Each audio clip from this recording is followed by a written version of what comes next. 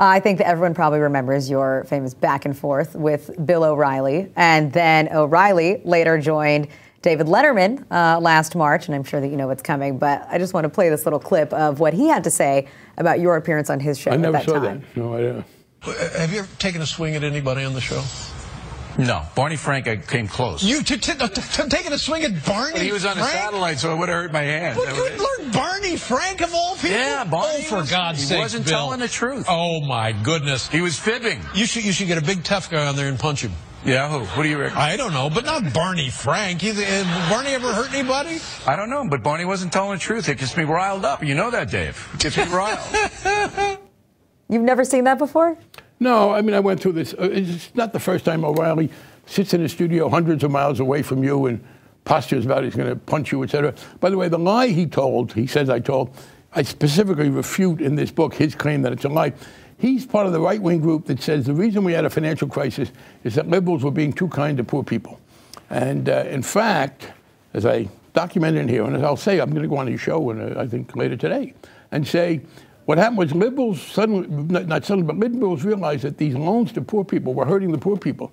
And we tried on several occasions to stop it, but the Republicans were in power.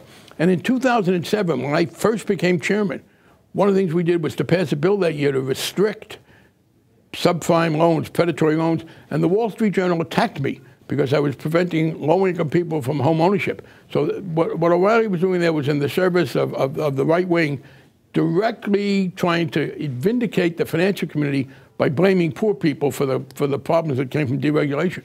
So in that case, though, I mean, Bill O'Reilly is involved in a little bit of a scandal of his own now when it comes to lying about reporting that he has done from the Falklands War and other mistruths are starting to come up. Are you enjoying it a little bit? Are you surprised? Yes and no. What are you enjoying most about seeing Bill O'Reilly perhaps squirm? Having his hypocrisy exposed. You know, there's a general pretense, there's no spin zone, I'm the neutral. He's a right-wing mouthpiece. He distorts consistently for the right wing.